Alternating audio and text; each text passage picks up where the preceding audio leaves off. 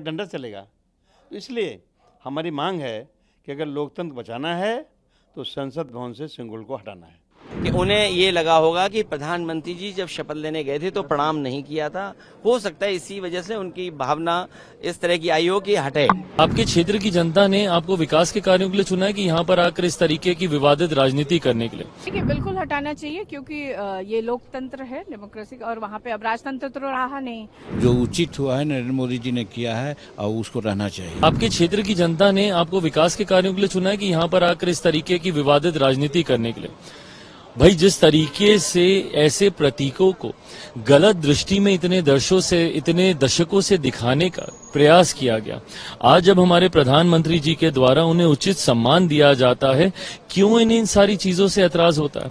क्यों नहीं भैया सकारात्मक राजनीति की सोच ये विपक्ष के नेता रख सकते हैं, एक साथ आगे बढ़ने का प्रयास करें, ना कि इस तरीके के विवादित बयान देकर बंटवारे की राजनीति करें। कि उन्हें ये लगा होगा कि प्रधानमंत्री जी जब शपथ लेने गए थे तो प्रणाम नहीं किया था, हो सकता है इसी वजह से उनकी भावना इस तरह की आई हो कि हटे। और कॉन्स्टिट्यूशन, अच्छा कॉन्स्टिट्यूशन, हम ही अगर ये बात पूछें कि सरकार को कॉन्स्टिट्यूशन के लिए लगाने के लिए क्या दिक्कत है? आर.के. चौधरी साहब ने जो मांग की है वो सत्य है, और ये लोग जो राजदंड वहां लगाए हुए हैं, अब ये देश राजदंड से नहीं चलेगा, ये लोकतंत्र से चलेगा, क्योंकि इस राजदंड को पंडित जवाहरलाल नेहरू जी ने संग्रहालय में रखवा दिया है और यहाँ पे लोकतंत्र की स्थापना की।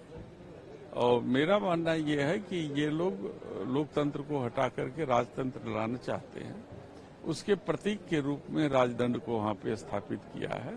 इसलिए आर.के. चौधरी साहब ने अपनी भावना को लोकसभा के अध्यक्ष के सामने रख दिया है और मांग की है।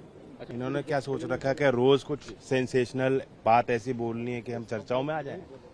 इन बातों का कोई अर्थ नहीं है। देखिए, बिल्कुल हटाना चाहिए क्योंकि ये लोकतंत्र है, डेमोक्रेसी का, और वहाँ पे अब राजतंत्र तो रहा नहीं।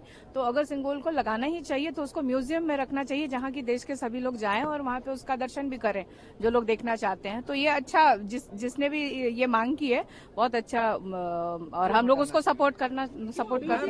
भारतीय जनता पार्टी कह रही है ये तमिलनाडु के लोगों का, नहीं, मैं कह रही हूँ कि ये डेमोक्रेटिक है, अब राजतंत्र रहा नहीं और वो राजतंत्र का प्रतीक है, इसलिए उसको हटाना चाहिए।